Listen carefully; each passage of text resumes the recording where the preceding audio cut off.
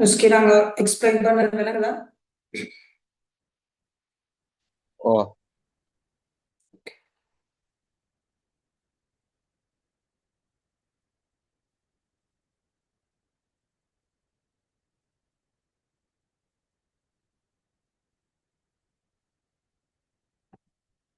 Okay. So இந்த behavioural அப்ரோச்ல trend எப்படி வந்திக்குது அப்படின்றத நாங்க பார்த்தோன்னு சொன்னோம்னா, இந்த ட்ரெஜெக்டரி இந்த பயண பாதை எங்களுக்கு பார்த்தா விளங்கும். இந்த லேட் 19th செஞ்சுரியில 19ஆம் நூற்றாண்டுல கடைசி காலப்பகுதியில இந்த 1890 இந்த மாதிரியான பீரியட்ல தான் இது இந்த இந்த ஒப்பீனியன்ஸ் இந்த நடத்தைவாத அணுகுமுறை பத்தின கருத்துக்கள் வந்து இமர்ஜ் ஆக தோன்ற ஆரம்பிச்சுறது. 1950ஸ்ல 1950 ஆக்கோடுதான் அது ஒரு ஆர்கனைசேஷனல் ஸ்ட்ரக்சரா, அது ஒரு ஒழுங்கமைக்கப்பட்ட ஒரு முறையா வளர ஆரம்பிச்சுறது. ரைட். 1960ஸ்ல 1960 தான் வந்து இது டொமினேட் ஆக ஆரம்பிக்கிறது. ரைட். இது வந்து அதோட பீக் நிலைமையா வர ஆரம்பிக்கிறது. 1970ஸ்ல அது ஒரு செட்பேக்க ஃபீல் ஆரம்பிக்கிறது. செட்பேக்னா அது ஒரு என்ன சார், அது அது ஒரு கிரிட்டிசைஸ் பண்ண ஆரம்பிக்கப்படுற, அதுல போக்கு பத்தி விமர்சிக்கப்படுற இந்த மாதிரியான விஷயங்கள் 1970கள்ல நடக்க ஆரம்பிக்கிறது. ரைட். இதுல இந்த நடத்தைவாத அணுகுமுறையோட லிமிட்டேஷன், இதுல வரையறைகள் என்ன அப்படின்னு பார்த்தா, இத பத்தின விமர்சனங்கள் முன்வைக்கப்பட்டது. விமர்சனங்கள் முன்வைச்ச ஆக்கள்ல முக்கியமான ஆக்கள் தான் மார்க்சிஸ்ட், மார்க்சியவாதி, மார்க்சியவாதிகள் மாதிரி, நியோ மார்க்சிஸ்ட் நவ மார்க்சியவாதிகள் மாதிரி, ஃபெமினிஸ்ட் ரைட் பெண்ணியல்வாதிகள் மாதிரி, போஸ்ட் மாடர்னிஸ்ட் ரைட் பின் நவீனத்துவவாதி ரைட். நாங்க இவங்களை பத்தி எல்லாம் டீட்டெயில்டா படிப்போம். ரைட். இவங்களோட முக்கியமான ஆர்கியூமெண்ட் என்னதான் இருந்தாண்டா, mere behavior studies cannot explain advanced political concepts like the state or historical process. Right. இந்த நடத்தைவாத இந்த கற்க வந்து இந்த advanced political concepts ரைட் ஆஹா இன்டெப்த் ஈக்கிற ஆஹா வளர்ச்சி அடைஞ்ச இந்த அரசியல் கருத்துக்களை வந்து விளங்கப்படுத்துறதுக்கு போதுமான அளவுக்கான இந்த வரைவிலக்கண ரீதியான இயலுமைய பெறல அப்படின்றத இவங்க முன்வைக்கிறது. ரைட். ஃபார் எக்ஸாம்பிள், அரசு என்னன்றதை பத்தி, இந்த வரலாற்று முறைகள் பத்தி, இந்த போதுமான அளவுக்கான விளக்கங்களை முன்வச்சுற அளவுக்கான எபிலிட்டி வந்து இந்த பிஹேவியரல் அப்ரோச்க்கு இல்லை அப்படின்ற கிரிட்டிசிசத்தை இவங்க முன்வைப்பாங்க. ஃபார் எக்ஸாம்பிள், இந்த பிஹேவியர் பத்தின இந்த ஸ்கோப்போட மட்டும் இவங்க மட்டுப்படுத்தி கொண்டிருக்கிறதால இந்த ஸ்டேட் மெக்கானிசம், இந்த அரசு செயல்முறை பிடிக்குது அப்படின்றத பத்தின விரிவான விளக்கம் உண்டோ, இல்லாட்டி கிளாஸ் ஸ்ட்ரகிள் ரைட் வகுப்புவாத முரண்பாடுகள் இல்லாட்டி வகுப்புவாத பிளவுகள் எப்படி இருக்குது என்றதோ, இல்லாட்டி வரலாற்று ரீதியா வந்து பொலிட்டிக்கல் சயின்ஸ் எப்படி இம்ப்ரூவ் ஆகிக்கிற அப்படின்னு சொல்றதோ, இல்லாட்டி சோசியல் ரிவல்யூஷன் ஒரு சமூக ரீதியான புரட்சி எப்படி நடக்கிறன்றதோ, இதை பத்தின டீடைல்டு அனாலிசிஸ் ஒரு விரிவான வரைவிலக்கணம் தார எபிலிட்டி இந்த பிஹேவியரல் அப்ரோச் நடத்தைவாத அணுகுமுறைக்கு இல்லை அப்படின்றத இவங்க முன்வைப்பாங்க. ரைட். அதுல முக்கியமா கிறிஸ்டியன் பே அப்படின்ற ஒரு ஒரு கெனடியன், ஒரு கனடாவை சேர்ந்த ஒரு பொலிட்டிக்கல் சயின்டிஸ்ட் சொல்ற விஷயம் தான் இந்த பிஹேவியரலிசம் இந்த political science minus politics. Right. இதால அவர் மீன் பண்றது என்னன்னா, பொலிட்டிக்கல் சயின்ஸ் வந்து பொலிட்டிக்ஸ் கழிச்சா சயின்ஸ் தான் மிச்சம். அப்ப சயின்ஸை மட்டும்தான் இதை வேலைப்படுத்துறான். ரைட். இவங்க இதுக்குள்ள கேட்கிற பொலிட்டிக்ஸை பத்தி பெரிய அளவுக்கு பேசுறாங்க இல்லை. அப்படின்னா ஒரு அரசியல் செயல்முறைக்கு பின்காலிக்கிற மோட்டிவ்ஸ் நோக்கங்கள் அப்படின்னா, ஒருத்தர் ஓட் பண்றத பெர்சன்டேஜ் வைஸா பார்க்கல, பட் அவர் ஏன் இதை ஓட் பண்ண ரைட், இதை ஓட் பண்றதுக்கு பின்னுக்காலிக்கிற டீப்பர் லெவல் டெண்டன்சி, அவருடைய ரிலீஜியஸ் அஃபிலியேஷன் மத ரீதியான நம்பிக்கைகள் என்ன ரைட், அவருடைய சமூக ரீதியான எக்ஸ்பீரியன்சஸ், சமூக ரீதியான அவருடைய அனுபவங்கள் என்ன, இதை பத்தி எல்லாம் இவங்க அவதானிக்கிறீங்க. ரைட். அது மாதிரி இந்த அரசியல் செயற்பாடுகளால வர அவுட்கம்ஸ் ரைட், அப்படின்னா இந்த பார்ட்டி வின் பண்றதால கரப்ஷன் கூடுமா இல்லையா, கரப்ஷன் கூடினா மக்கள் பொருளாதார ரீதியா சஃபர் பண்ணுவாங்களா இல்லையா, இத பத்தி எல்லாம் இன்டெப்த் இவங்க விளங்கப்படுத்துறது இல்லை. மாதிரி வேல்யூஸ், ரைட்? உண்மையிலே பொலிட்டிக்கல் சயின்ஸ் என்னன்னா இது நல்ல இது சரியில்லை அப்படின்றத பத்தின ஒரு ஒப்பீனியன் நீக்கும், சேஞ்ச பத்தின ஒரு ஐடியா நீக்கும். அப்பதான் பொலிட்டிக்கலி நாங்க கான்சியஸ் ஆகிக்கிற அரசியல் ரீதியா நாங்க விழிப்புணர்வு பெற்றிருக்கிறோம்னு அர்த்தம். பட் இவங்க நடத்தைவாதிகள் அதை எக்ஸ்பிளைன் பண்ற அளவுக்கு இன்டெப்த் போறாங்க இல்லை.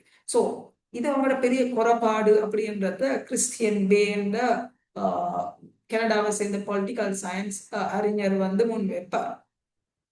They argued that by ignoring positive and negative features, the discipline became blind to everything outside observed activity. Right? இவங்க அந்த நல்லம் சரியில்லை அப்படின்றத செல்றத விட்டும் தவிர்ந்து கொண்டதால இவங்க சொசைட்டல் ஆக்டிவிட்டியில சமூகத்துல என்ன நடக்கிறது அப்படின்றத பத்தி ஒரு பிளைண்ட் அப்படின்னு அதை பத்தி கண்மூடித்தனம் வகிக்கிறாங்க. அப்படின்றால் இவங்க பொலிட்டிக்கலி அந்த அவேர்னஸ் தூண்டுற வேலையை செய்யறாங்க இல்லை, மக்களுக்கு விழிப்புணர்வு நடவடிக்கையை செய்யறாங்க இல்லை அப்படி என்ற ஒரு கிரிட்டிசிசத்தை கிறிஸ்டியன் பே அப்படின்ற அந்த அறிஞர் வைக்கிறார். சோ இந்த விமர்சனங்களோடு சேர்த்து 1970s 1970களில் ஒரு சிந்தசிஸ் நடக்க ஆரம்பிக்குது. சிந்தசிஸ்னா ஒரு ஒரு சேர்க்கை, ஒரு ஒரு ஒரு ஒருங்குபடுத்தல் அப்படின்னா ஒரு ட்ரெடிஷனல் பாத்வேக்கு பாரம்பரிய அணுகுமுறைகளுக்கும் இந்த நடத்தைவாத அணுகுமுறைக்கும் இடையில ஒரு ஒரு பிணைப்பு வர ஆரம்பிக்குது. உங்களுக்கு இந்த பிக்சரை பார்த்தா விளங்கும், right? Traditional methods returned, but the behavioral commitment to facts and value remains a celebrated landmark. Right? இப்ப ஏற்கனவே சொன்ன அந்த குறைபாடுகளால இவங்க ஹிஸ்டரிய பத்தி பார்க்கறாங்க இல்ல, நல்லம் சரியில்லை அப்படின்றத பத்தின ஒரு டீப்பர் லெவல் அப்சர்வேஷன் சொல்றாங்க இல்ல, இந்த மாதிரியான கிரிட்டிசிசம்ஸோட சேர்த்து பழைய அணுகுமுறைகள் ட்ரெடிஷனல் அப்ரோச்சஸ் ஆதிக்கம் மறுவனம் தலை தூக்க ஆரம்பிச்சது. இந்த பிலாசபிக்கல் அப்ரோச், கம்பேரிட்டிவ் அப்ரோச், இந்த மாதிரியான அப்ரோச்சஸ் வளர்ச்சி மறுவனம் வர ஆரம்பிச்சது. பட் அவங்க இந்த பிஹேவியரல் அப்ரோச் கொண்டு வந்த சில விஷயங்களை ஏற்றுக்கொண்டு அவங்களோட இன்க்ளூஷனையும் சேர்த்தி கொண்டு ஒரு புதிய பாத்வே, ஒரு புதிய பயண பாதையை கிரியேட் பண்ணாங்க. ஃபார் எக்ஸாம்பிள், இந்த பிஹேவியரல் கமிட்மெண்ட்ல அவங்க முக்கியமா ஒரு கன்செப்சுவலைஸ் பண்ண அவங்க கருதின ஒரு விஷயம் தான் இந்த ஃபேக்ட்ஸ் அண்ட் வேல்யூஸ். நாங்க நாலேஜை தேடக்கோல எங்களுக்கு உண்மையான தரவு வேணும், ரைட்? அது மாதிரி நாங்க தேடுற தரவு அவங்க 100% ஷுவர் ஆயிக்கும், இது நல்ல விஷயம் தானே. சோ இந்த நல்ல விஷயத்தை நாங்க எடுத்துக்கொள்வோம். அந்த பிஹேவியரல் சயின்ஸ்ல மைனஸ் நாங்க அப்படின்ற நெகட்டிவ் நாங்க சொல்ற விஷயத்த நாங்க எங்களோட ட்ரெடிஷனல் தியரிஸ் மூலமா இல்லாமக்கி கொள்வோம், ரைட்? நாங்க நல்லம் சரியில்லை அப்படின்றத பிலாசபிக்கல் அப்ரோச்ல சொல்லுவோம், ரைட்? சோ பிலாசபிக்கல் அப்ரோச் என்ன செய்யும்ட்டா புதிய பாத்வே 1970களுக்கு போறோம் நல்லம் சரியில்லை அப்படின்றத சொல்றதோட சேர்த்து இந்த பிஹேவியரல் அப்ரோச் சொன்ன இந்த ஃபேக்ட்ஸை தேடுற, இந்த டேட்டாஸை வச்சு வெரிஃபை பண்ற, ஆதாரங்களை வச்சு நாங்க பொலிட்டிக்கல் சயின்ஸை பேசுற, இந்த மாதிரியான விஷயங்களையும் சேர்த்து கொண்டு ரெண்டையும் ஒரு மிக்சரா கிரியேட் பண்ணி கொண்டு பொலிட்டிக்கல் சயின்ஸ் புதிய ஒரு பாத்வேக்கு, புதிய ஒரு பயண பாதைக்கு கொண்டு போனாங்க. சோ ஃபைனலி நாங்க கன்க்ளூட் பண்றோம்னா political science successfully evolved through the application of scientific principles. So இந்த பிஹேவியரல் அப்ரோச்சால பொலிட்டிக்கல் சயின்ஸுக்கு நடந்த முக்கியமான மாற்றங்கள் ஒன்றுதான் இந்த சயின்டிபிக் அப்ரோச், ரைட்? இந்த விஞ்ஞான பூர்வமான முறைகள், இந்த விஞ்ஞான பூர்வமான கன்செப்ட்ஸ், கருத்துக்கள் பொலிட்டிக்கல் சயின்ஸ்களுக்கும் இன்க்ளூட் ஆகிக்கொண்டு ஒரு அழகான ஒரு பரிணாமத்தை, ஒரு அழகான ஒரு இவல்யூஷன், அழகான ஒரு வளர்ச்சி பாதைய கொண்டு போறதுக்கு இந்த பிஹேவியரல் அப்ரோச் பொலிட்டிக்கல் சயின்ஸுக்கு பங்களிச்சிக்குது அப்படின்ற ஒரு ஃபைனல் கன்க்ளூஷனுக்கு எங்களுக்கு வரையும், ரைட்? சோ பிஹேவியரல் அப்ரோச் விளங்கிச்சா நுஸ்கி?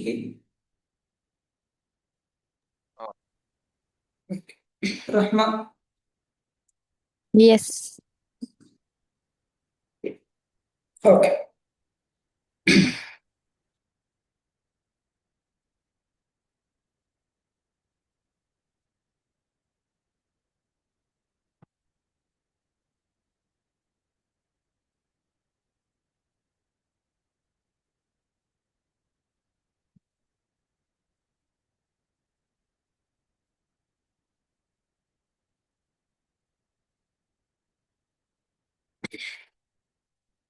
அடுத்தது நாங்க பார்க்குற ஒரு முக்கியமான அப்ரோச் தான் வந்து பொலிட்டிக்கல் எக்கனாமிக் அப்ரோச், அரசியல் பொருளாதார அணுகுமுறை. Right? Analyzing the convergence of Marxist and capitalist theory in political science. Right? இப்ப அரசியல் பொருளாதார அணுகுமுறைண்டாவே இந்த மார்க்சிய அணுகுமுறைக்கு தான் நாங்க இன்னொரு பேர் சொல்றோம். ரைட்? மார்க்சிய அணுகுமுறை எப்படி பொலிட்டிக்கல் சயின்ஸ் அரசியல் விஞ்ஞானத்தை பார்க்குது அப்படின்னு சொல்றது. பட் இந்த அரசியல் பொருளாதார அணுகுமுறைக்குள்ளுக்கு நாங்க எப்படி கேபிட்டலிஸ்டிக் முதலாளித்துவவாத சிந்தனைகள் ஸ்டார்டிங்ல எப்படி அரசியலுக்கு பொருளாதார ரீதியான கருத்துகள் இன்க்ளூட் ஆக வேணும் அப்படி என்று சொன்ன அந்த இன்க்ளூட் ஆக வேணும் என்று சொன்ன கருத்துக்களுக்கு ரெஃப்யூட்டேஷன், அதுக்கு ஒரு மாற்று கருத்து, அதுக்கு ஒரு விமர்சனத்தை மார்க்சிய கருத்துக்கள் எப்படி முன் வச்சு அப்படின்ற ட்ரெஜெக்டரியில தான் இந்த ஜேர்னி போகும். ரைட்? இப்ப நாங்க ஸ்டார்டிங்ல இருந்து இதை அழகா பார்ப்போம். Politics cannot be studied without economics.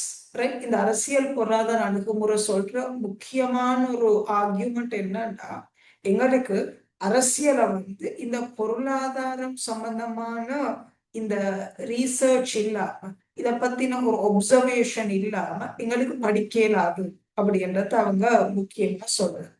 The political economic approach is fundamentally rooted in communist theory, specifically Marxism. Right? நான் ஃபர்ஸ்ட்ல சொன்ன மாதிரி இந்த அரசியல் பொருளாதார அணுகுமுறைன்றது இந்த கம்யூனிச தியரியோடு கம்யூனிச கோட்பாடோடு சேர்த்தின இல்லாட்டி கம்யூனிச சித்தாந்தத்தை அந்த அடித்தளத்திலிருந்துதான் கட்டி எழுப்பப்பட்டிருக்கிற. Right? Because communism is heavily attached to economic factors, it is impossible to study its political theory by excluding economics. Right? ஏன்னா கம்யூனிஸ்ட் சித்தாந்தத்தை பேசிக்கே என்னன்னா இந்த பொருளாதார காரணிகளை மையமா வச்சுதான் இந்த அரசியல் இயங்குது இல்லாட்டி சமூகம் இயங்குது அப்படின்றதுதான் அவங்களோட மெயின் வாதமே. ரைட்? இந்த பொருளாதார கூறுகள் இல்லாம சமூகம் இயங்கலாது, அரசியல் செயற்படலாது அப்படின்றதான் அவங்களோட முக்கியமான கீ ஆர்கியூமெண்ட். சோ அந்த ஆர்கியூமெண்ட்டை எப்படி பொலிட்டிக்கல் எக்கனாமிக் அப்ரோச் சொல்லுது அப்படின்றத நாங்க இன் டீடைல் பார்ப்போம். ரைட்? உங்களுக்கு இந்த பிக்சரை பார்த்தா விளங்கும் இந்த அப்ரோச் எப்படி பொலிட்டிக்ஸை பார்க்குது அப்படின்னு. ரைட்? அவங்க ஒரு பெரிய சர்க்கிள் ஒன்று வரைஞ்சிக்கிறாங்க.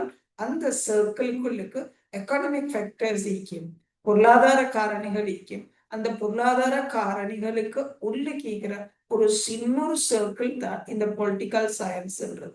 ரைட்? இந்த அரசியல் விஞ்ஞானம்ன்றது. நாங்க இந்த டிபெண்டன்ட் வேரியபிள்னு போட்டிக்கிற டிபெண்டன்ட் வேரியபிள் தான் தங்கி இருக்கும் காரணி அப்படின்னா சுத்திக்கிற அந்த பொருளாதார காரணிகள்ல தங்கி நின்றுதான் இந்த அரசியல் விஞ்ஞானம் செயல்படும்.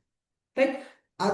அந்த இந்த பொருளாதார காரணிகள் செயற்படாம இந்த அரசியல் விஞ்ஞானம் வந்து இல்லாட்டி இந்த அரசியல் வந்து செயற்பட இயலாது அப்படின்றத இந்த அப்ரோச் பேசுது. இதுக்கான ஸ்டார்டிங் பீரியட நாங்க பார்த்தோம்னா the industrial revolution and the rise of capitalism. Right?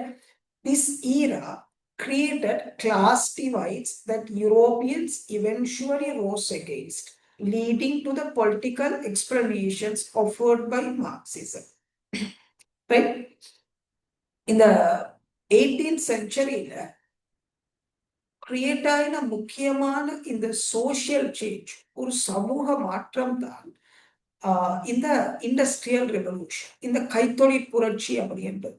இந்த கைத்தொழில் புரட்சியோட சேர்த்து நடந்த இந்த கேபிட்டலிசம், ரைஸ் ஆஃப் கேபிட்டலிசம் சொல்றேன். கேபிட்டலிசம்னா முதலாளித்துவத்தை வளர்ச்சி, ரைட்? அப்படின்றால் இண்டஸ்ட்ரியல் ரெவல்யூஷனுக்கு முந்திய காலப்பகுதியில கூடுதலா எக்ரிகல்ச்சர் விவசாயத்தை பேஸ் பண்ணின ஒரு ஒரு ஒரு ஒரு சமூக கட்டமைப்பு தான் இருந்தது. அந்த சமூக கட்டமைப்பு இந்த கைத்தொழில் புரட்சியோட நிறைய இண்டஸ்ட்ரியல் ஜோன்ஸ் வர ஆரம்பிச்சது, நிறைய கைத்தொழிற்சாலைகள் வர ஆரம்பிச்சது. இந்த கைத்தொழிற்சாலையோடு சேர்த்து இந்த கைத்தொழிற்சாலையோட முதலாளிகள் அது மாதிரி அதை வேலை செய்யற தொழிலாளர், ரைட்? அப்ப வேலை செய்யற முதலாளிகள் கூட வருமானம் உழைக்க ஆரம்பிச்சது, அது மாதிரி தொழிலாளிகளுக்கு போதிய அளவான வருமானம் கிடைக்கல. இதால பெரிய ஒரு கேப் கொண்டு வர ஆரம்பிச்சு, வருமானத்துல செல்வத்துல பெரிய ஒரு கேப் இருக்க ஆரம்பிச்சு.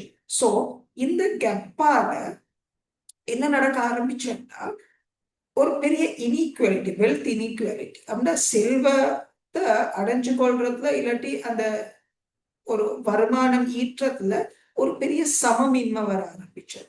இந்த சமமின்மையால மக்கள் பெரிய அளவுக்கு வறுமை, அது மாதிரி இந்த குடிசைகள் ஸ்லம்ஸ் கூட ஆரம்பிச்சது. சோ மெஜாரிட்டி வறுமைக்கு இருக்கிற மெஜாரிட்டி மக்கள் போதிய அளவான வருமானம் இல்லாம இருக்கிற, ஆனா சின்ன அமௌண்ட் ஆக்களோட கையில எல்லா தொழிற்சாலைகளும் எல்லா வருமானம் ஈற்ற வழிகளும் அவங்களோட கைக்கு பேத்திக்கிற. சோ இந்த இனீக்குவாலிட்டி, இந்த சமமின்மையை பேஸ் பண்ணித்தான் மார்க்சிசம் அவங்களோட கருத்துக்களை முன் வச்ச ஆரம்பிச்சது. முக்கியமா கால் மார்க்ஸ் அவரோட கருத்தை முன் வச்ச ஆரம்பிச்சது. சோ இப்ப நான் சொன்ன மாதிரி 18th century context about 18ஆம் நூற்றாண்டுல எப்படியான நிலைமை இந்த யூரோப்பியன் கண்ட்ரீஸ்ல இருந்து அப்படின்னு பார்த்தா, the emergence of the private property system, open markets and free entrepreneurship allowed capitalists to rob labor from poor workers, right? இப்ப நான் சொன்ன மாதிரி இந்த விவசாயத்தை மையப்படுத்தின, எக்ரிகல்ச்சரை மையப்படுத்தின இந்த சமூக முறையிலிருந்து ஒரு புதிய சமூக முறை வர ஆரம்பிச்சது. அந்த சமூக முறையில கைத்தொழிற்சாலைகள், அந்த கைத்தொழிற்சாலைகளை கையில வச்சு கொண்டிருக்கிற முதலாளிமார், அந்த முதலாளிமார்ட கையில பிரைவேட் ப்ராப்பர்ட்டி இருக்குது. பிரைவேட் ப்ராப்பர்ட்டி மீனிங் இந்த தனியார் சொத்துக்கள் அவங்களோட கையில குவிஞ்சிக்குது, ரைட்? அது மாதிரி ஓபன் மார்க்கெட்ஸ் கூட ஆரம்பிச்சது. ஏன்னா இண்டஸ்ட்ரியலைசேஷனோட சேர்த்து இந்த கைத்தொழில் புரட்சியோட சேர்த்து கூடுதலான இந்த ப்ராடக்ட்ஸ் ரைட், அந்த உற்பத்திகள் கூட ஆரம்பிக்குது. ஸோ இந்த உற்பத்திகளை சந்தைப்படுத்துறதுக்கான மார்க்கெட்ஸ், அவங்களோட சந்தை வாய்ப்புகள், அது மாதிரி சந்தைகளோட எண்ணிக்கை, நாடுகளுக்குள்ளுக்கு அதை சந்தைப்படுத்துற வாய்ப்புகள் கூட ஆரம்பிக்குது. மாதிரி ஃப்ரீ ஆண்டர்பிரினர்ஷிப், ரைட்? ஃப்ரீ ஆண்டர்பிரினர்ஷிப்னா அந்த காலப்பகுதியில முக்கியமா லிபரலிசம் மாதிரியான சிந்தனைகளோட அரசு பொருளாதாரத்துல தலையிடக்கூடாது அப்படின்ற கருத்துக்கள் வலுவடைய ஆரம்பிச்சுது. அதால கவர்மெண்ட் பிசினஸ்ல பெரிய அளவுக்கு தடை போடாது. அப்ப நிறைய ஆட்கள் இந்த பிசினஸ் ஆண்டர்பிரினர்ஷிப், ரைட்? அப்படின்னா இந்த வருமானம் ஈற்ற வழியில சுய தொழிலாளர்கள், சுய முதலாளிமாரா வர ஆரம்பிச்சது. ஸோ இந்த வருமானம் ஈற்ற ஆக்கள்ல இந்த ஃப்ரீ ஆண்டர்பிரினர்ஷிப் அப்படின்னா இந்த காம்படிஷனோட சேர்த்தின்னு இந்த சின்ன தொகையான ஆக்கள் ஒரு பெரிய அளவான வருமானத்தை ஈட்டிக்கொண்டு, அதே நேரம் அவங்களுக்கு என்று ஏதுவான, அவங்களுக்கு என்று ஃபெமிலியரான ஒரு ஃப்ரீ மார்க்கெட் என்டர்பிரைஸும் கிரியேட் ஆகினதால ஒரு சின்ன ஒரு சப்ஜெக்ட்ஸ், சின்ன ஒரு மக்கள் தொகைக்குள்ளுக்கு இந்த ப்ராப்பர்ட்டி, அது மாதிரி வெல்த் குவிய ஆரம்பிச்சது, இந்த செல்வம் குவிய ஆரம்பிச்சது. இதால் அவங்க என்ன செய்ய ஆரம்பிச்சாங்கன்னா, இந்த சின்ன வருமானத்துக்கு நிறைய லேபர்ஸ, நிறைய தொழிலாளர்களை அவங்களுக்கு கீழே ஒர்க் பண்ண வைக்க ஆரம்பிச்சது. அவங்களுக்கு சின்ன ஒரு வருமானத்தை கொடுத்து அவங்கள்ட்ட இருந்து கூட வேலை வாங்க ஆரம்பிச்சது. ஸோ இந்த மாதிரியான ஒரு என்வாயரன்மெண்ட் தான் 18th centuryல ஸ்பெசிபிக்கலி குறிப்பா யூரோப்பியன் கண்ட்ரீஸ்ல இருந்தது. ஸோ இந்த பீரியட்ல முக்கியமா 2 கேம்ப்ஸ்ல ஆக்கள் வளர ஆரம்பிச்சது. ஒரு அந்த பிலோசபர்ஸ், தத்துவவியலாளர்கள், சிந்தனையாளர்கள் 2 கேம்ப்ஸ்ல அவங்களோட சிந்தனைகளை வச்சு ஆரம்பிச்சது. ஒரு கேம்ப்ல இப்ப நான் ஃபர்ஸ்ட்டுக்கு சொன்ன மாதிரி இந்த இண்டஸ்ட்ரியல் ரெவல்யூஷனோட சேர்த்தின இந்த ஃப்ரீ மார்க்கெட், ரைட், இந்த சுதந்திரமான சந்தை வாய்ப்புகள், அது மாதிரி ஃப்ரீ ஆண்டர்பிரினர்ஷிப், இந்த தொழில் செய்யறதுக்கான இந்த என்ன சொல்ற இன்சென்டிவ்ஸ் அப்படின்னா அவங்க புதிய விஷயங்கள் ஆரம்பிக்கிறதுக்கு, புதிய ஜாப் கிரியேஷன்ஸ் செய்யறதுக்கு, ரைட், கவர்மெண்ட் வந்து தலையிடாது. ஸோ அவங்க வந்து பயம் இல்லாம போய்த்து என்ன செய்வாங்கன்னா புதிய தொழில்கள் ஆரம்பிப்பாங்க, ரைட், இன்வெஸ்ட் பண்ணுவாங்க, ரைட். ஸோ இதால என்ன நடக்கிறன்னா ஒரு ஃப்ரீ என்டர்பிரைஸ் ஒன்று கிரியேட் ஆகும். ஒரு ஒரு ஒரு சுதந்திரமான ஒரு என்ன சொல்ற ஒரு பிசினஸ் என்வாயரன்மெண்ட் ஒன்று கிரியேட் ஆகும். அந்த பிசினஸ் என்வாயரன்மெண்ட்டுக்கு யாருக்கும் போயிட்டு கம்பீட் பண்ணிடும், யாருக்கும் போயிட்டு போட்டி போடிடும். ஸோ இந்த மாதிரியான ஸ்காலர்ஸ், ஒரு கேம்ப் இருக்கிற ஸ்காலர்ஸ், அதுல முக்கியமா அடம் ஸ்மித் அவரோட வெல்த் ஆஃப் நேஷன்ஸ், தேசங்களின் செல்வம் என்ற புக்ல, மாதிரி டேவிட் ரிகார்டோ அவரோட the fundamentals of political economics, right, அரசியல் பொருளாதாரத்தின் அடிப்படைகள் அப்படின்ற புக்ல, மாதிரி John Stuart Mill, Thomas Malthus, இந்த மாதிரியான அறிஞர்கள் இப்ப நான் ஃபெஸ்டுக்கு சென்ன இந்த சுதந்திர வர்த்தகத்தை, இந்த மாதிரியான திறந்த பொருளாதாரத்தை இவங்க வரவேற்றது. இவங்க சென்னா என்னன்னா எல்லாருக்கும் ஈக்குவலான ஆப்பர்ச்சுனிட்டி ஈக்குவல் வளர்றது, ரைட். பட் ஈக்குவலா வந்து எல்லாரும் ஃபைனலி அவுட்புட் எடுப்பாங்களான்னு அப்படி இல்லை. எல்லாருக்கும் அவங்களோட திறமையை பயன்படுத்தி சந்தையில போயிட்டு போட்டி போடுறதுக்கான வாய்ப்பு எல்லாருக்கும் சமமாயிக்கும். அதுல வந்து அரசு தலையிடக்கூடாது, ரைட். பட் அதுல அவங்க உழைச்சி வாரத்தால சிலவங்க கூட சம்பாதிப்பாங்க, சிலவங்க குறைய சம்பாதிப்பாங்க. அதை எங்களுக்கு ஒன்றும் செய்யல இப்படி என்ற நிலைப்பாட்டுல தான் இவங்க இருக்கு. சோ இவங்க என்ன செய்யறாங்கன்னா இவங்களுக்கும் பைத்து யாருக்கும் பைத்து அவங்களுக்கு விருப்பமான தொழிலை ஆரம்பிக்கிறதுக்கான சுதந்திரம் இருக்கணும். அது மாதிரி அவங்க விருப்பமான புதிய முயற்சிகளை செய்யறதுக்கான வசதி வாய்ப்புகள் இருக்கணும். அது மாதிரி கஸ்டமர்ஸுக்கு அவங்களுக்கு விரும்பினதை வாங்குறதுக்கான வாய்ப்பு இருக்கணும். ஸோ இதால என்ன நடக்கும்னா கூட மணி சர்க்கியூலேட் ஆகும், கூட அந்த பணம் வந்து மக்களுக்குள்ள சுழல ஆரம்பிக்கும். இந்த மணி சர்க்கியூலேஷன், இந்த பணம் சுழல ஆரம்பிக்கிறதால இந்த மார்க்கெட் வந்து தானா இயங்க ஆரம்பிக்கும், ரைட். அப்படின்னா வாங்குறதுக்கு மக்களிப்பாங்க, அதை விற்கிறதுக்கு மக்களிப்பாங்க. ஏன்னா அவங்களுக்கு இடையில நல்ல காம்படிஷன் இருக்கிறதாங்க. ஒருத்தர் விற்கிற சாமானை விட இன்னொருத்தர் விற்கிற சாமான் வந்து வேல்யூ கூடுதலா இருந்து, அட்ராக்டிவ் கூடுதலா இருந்தா தான் கஸ்டமர் வாங்குவாங்க. ஸோ கஸ்டமர் நல்ல சாமான தான் வாங்குவாங்கன்றதால அந்த காம்படிஷன்லையும் வந்து நல்ல சாமான் வந்து ப்ரொடியூஸ். ஸோ இந்த மாதிரியான இந்த இந்த இன்டர் கனெக்ஷன், ரைட், இந்த சுதந்திரமான வெளி இருந்தா தான் இந்த மார்க்கெட் இயங்கும், இந்த சந்தை இயங்கும். இதுக்குதான் நாங்க சொல்ற திறந்த சந்தை அப்படின்னு சொல்லி, ஃப்ரீ மார்க்கெட் அப்படின்னு சொல்லி. ஸோ இந்த ஃப்ரீ மார்க்கெட் அது இன்விசிபிள், ரைட், இந்த மறைந்த கரம் என்று சொல்றேன். இந்த மறைந்த கரம் என்னன்னா இப்ப நாங்க ஃபர்ஸ்ட் சொன்ன மாதிரி இந்த சுதந்திரமான வெளிக்கு போல கஸ்டமர்ஸ் எப்படியுமே சாமான வாங்குவாங்க. ஸோ கஸ்டமர்ஸ் நல்லதை தான் வாங்குவாங்கன்றதால இந்த ப்ரொடியூஸ் பண்றாங்களும் வந்து நல்ல சாமானை தான் ப்ரொடியூஸ் பண்ணுவாங்க, ரைட். இதுக்கு வந்து ஸ்டேட் இடையில வந்து நீங்க இதைத்தான் ப்ரொடியூஸ் பண்ணணும், கஸ்டமர்ஸ்க்கு நீங்க இதைத்தான் வாங்க வேணும் என்று சொல்லக்கூடா, ஸ்டேட் இதுல தலையிடக்கூடா அப்படி என்ற ஒப்பீனியனை இவங்க சொன்னது. இது ஒரு கேம்ப்ல இவங்களோட கருத்துக்களை சொன்னது, ரைட். ஸோ இவங்க அவங்களுக்கு பார்த்தா விளங்கும், analyze production, sales, national income in the market linked to government politics, right. இப்ப நான் ஃபர்ஸ்ட் சொன்ன மாதிரி இந்த உற்பத்தி சம்பந்தமான விஷயங்கள், சேல்ஸ் விற்பனை சம்பந்தமான விஷயங்கள், மாதிரி இந்த செயல்முறையால ஒரு அரசுக்கு வர வருமானம் சம்பந்தமான விஷயங்கள், ரைட். இத வந்து எப்படி ஒரு சந்தையில வந்து நாங்க செயற்படுத்தலும் என்ற விஷயங்கள், இத வந்து ஒரு கவர்மெண்ட் பாலிட்டிக்ஸ், ரைட், எப்படி ஒரு அரசாங்கம் வந்து பொலிட்டிக்கலி எப்படி அதை ஹேண்டில் பண்ற அப்படின்றத பேஸ் பண்ணி இவங்களோட கருத்துக்களை முன் வச்சு பேசிக்கலி என்ன விஷயம் சொல்ல வாங்கன்னா விற்பனையோ இல்லாட்டி ஒரு ப்ரொடக்ஷன் உற்பத்தியோ இல்லாட்டி ஒரு தேசத்தை வருமானமோ எதுல தங்கி நிக்கிறன்னா ஒரு கவர்மெண்ட் ஒரு அரசாங்கம் வந்து எந்த அளவுக்கு இதுல தலையிடாம நிக்கிறன்றதை பொறுத்து.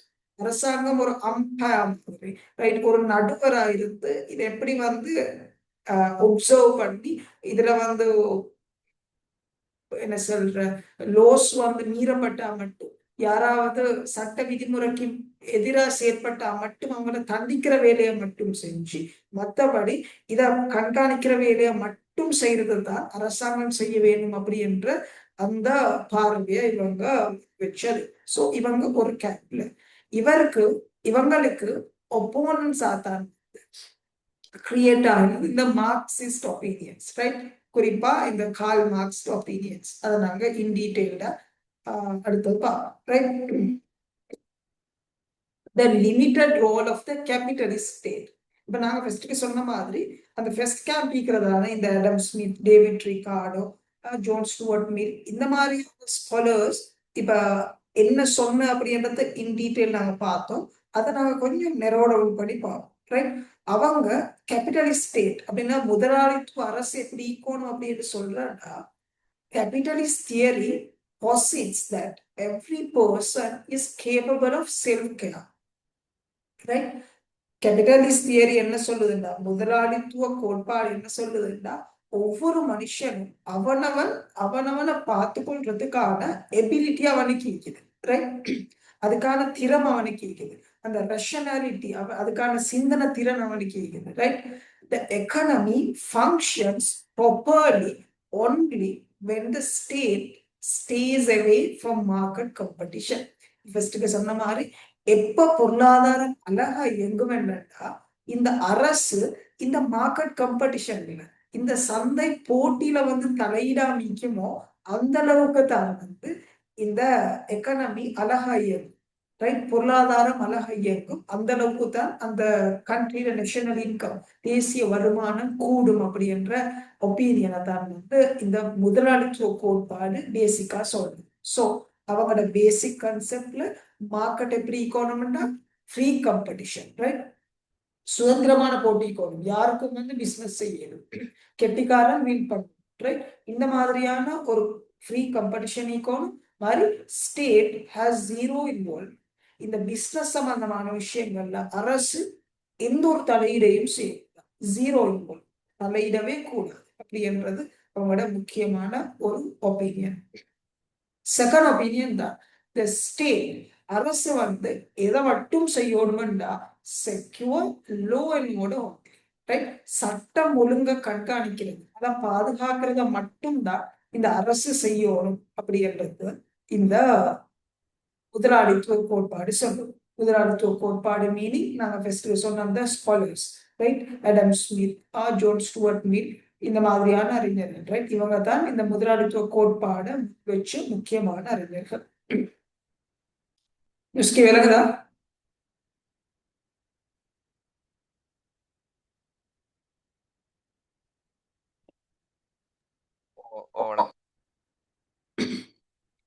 நியூஸ்க்கு எப்படி போகுது உங்களுக்கு?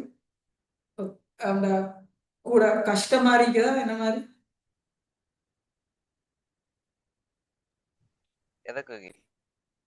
ஓகே. ரஹ்மா, Yes, விளங்குதா? yes, I understood. Okay. So இவங்க சொன்ன இந்த ஃப்ரீ காம்படிஷன் அப்படின்னா இந்த சுதந்திரமான போட்டி failure, right?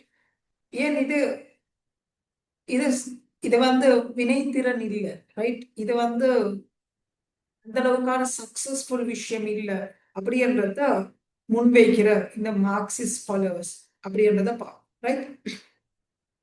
The system was based on the ideal of equality, but the mechanism of free competition inevitably generated different financial outcomes, right? In the capitalist theory, basically இந்த ஈக்குவாலிட்டியை base பண்ணி தான் நம்மளோட கருத்துக்களை முன்வைக்கிறேன். அப்படின்னா எல்லாருக்கும் சமமான வாய்ப்பு இருக்கும், ரைட்? இந்த ஃப்ரீ காம்படிஷன்ல இயங்குறதுக்கான வேலை செய்யறதுக்கான சமமான வாய்ப்பு இருக்கும்.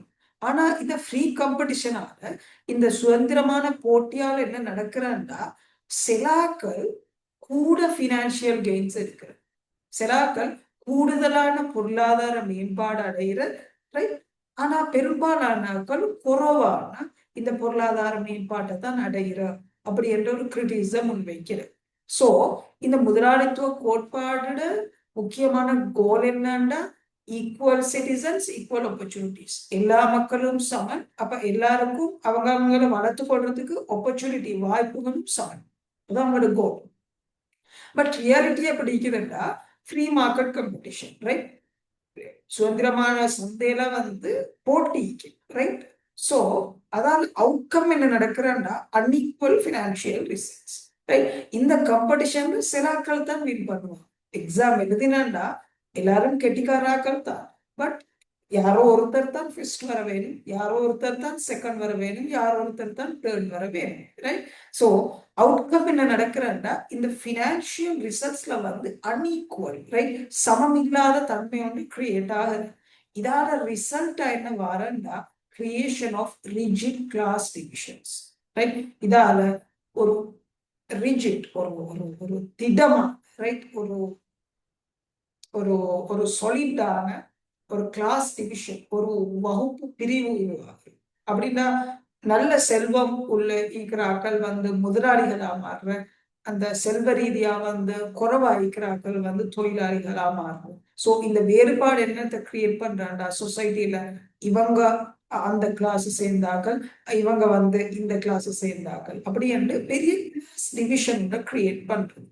சோ இந்த மாதிரியான ஒரு ஸ்ட்ரக்சரை கிரியேட் பண்றதை தான் இந்த ஃப்ரீ மார்க்கெட் காம்படிஷன் இந்த கேபிட்டலிசம் மூலமா செய்து அப்படி என்ற கிரிட்டிசிசம் முன்வைக்கப்படுது, ரைட்? சோ இந்த இன்இக்வாலிட்டி இப்ப நாங்க சொன்ன மாதிரி இந்த அவுட்கம்ல இந்த வெளியீட்டுல இந்த மாதிரியான சமமில்லாத தன்மை வாரத்துக்கு மார்க்சிசம் என்ன ரெஸ்பான்ஸ கொடுக்குது அப்படின்றத நாங்க பார்ப்போம், right? The private property system allows capitalists to rob labor from the poor, right? இந்த private property system இந்த இந்த கிளாஸ் டிவிஷன் கிரியேட் ஆயினதால ஒரு கொஞ்சம் பேர்ட கையில இந்த பிரைவேட் ப்ராப்பர்ட்டி, ரைட், இந்த தனியார் சொத்துக்கள் குவியுது.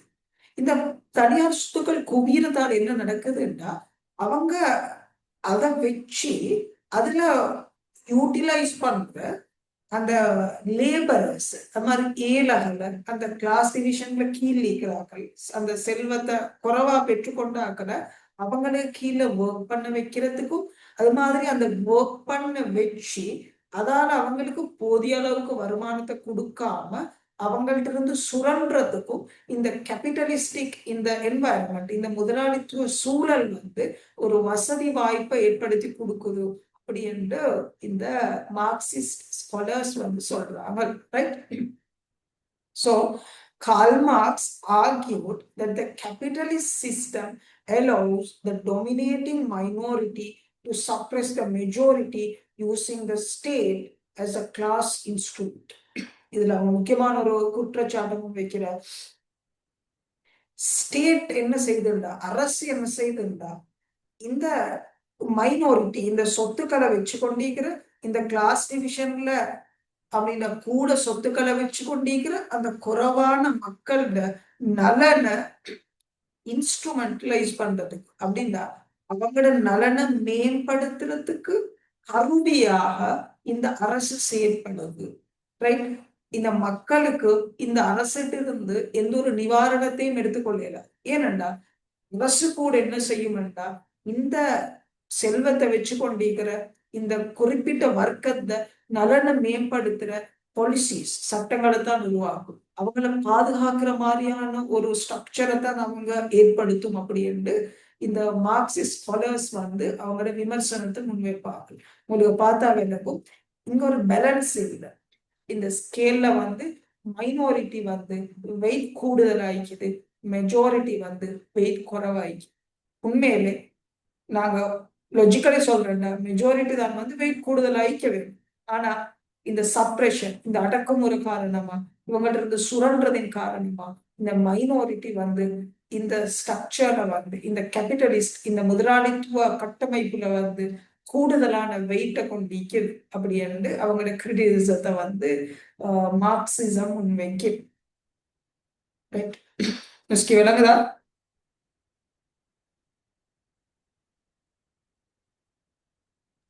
வணக்கம்.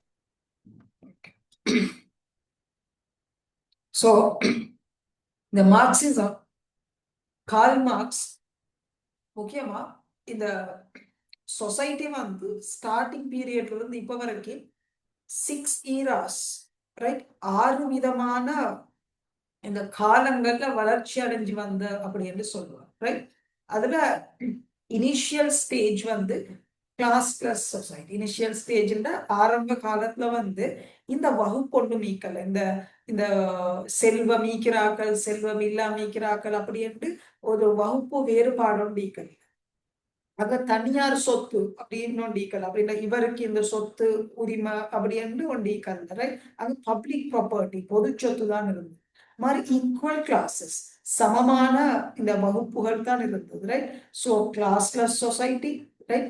வகுப்பு வேறுபாடு ஒண்டிக்கல்ல, பொது சொத்து தான் இருந்தது, ஈக்குவல் கிளாஸஸ், சமமான வகுப்புகள் தான் இருந்தது. ஸோ இதால வந்து ஒரு ஒரு செழிப்பு தன்மை ஒன்று இருந்தது. மக்கள் ஒரு சமமான தன்மையை ஃபீல் பண்ண. அதுக்கு அவர் சொன்ன பிரிமிட்டிவ் கம்யூனிசம், ஆரம்ப கால கம்யூனிச சமூகம். அதுல வந்து என்ன நடக்க ஆரம்பிக்கிறான்னா, இந்த எக்ரிகல்ச்சர் டெவலப் ஆக ஆரம்பிக்கிறது, இந்த விவசாயம் வளர ஆரம்பிக்கிறது, அது கூட சேர்த்து விவசாய உபகரணங்கள் வளர ஆரம்பிக்கிறது. அப்ப அந்த விவசாய உபகரணங்களை கொண்டிருக்கிறார்கள், அந்த விவசாய உபகரணங்கள் இல்லாத அப்படி என்ற ஒரு வர்க்க வேறுபாடு ஆரம்பிக்கிறது. இங்க பாருங்க, introduction of production, introduction forces and private property.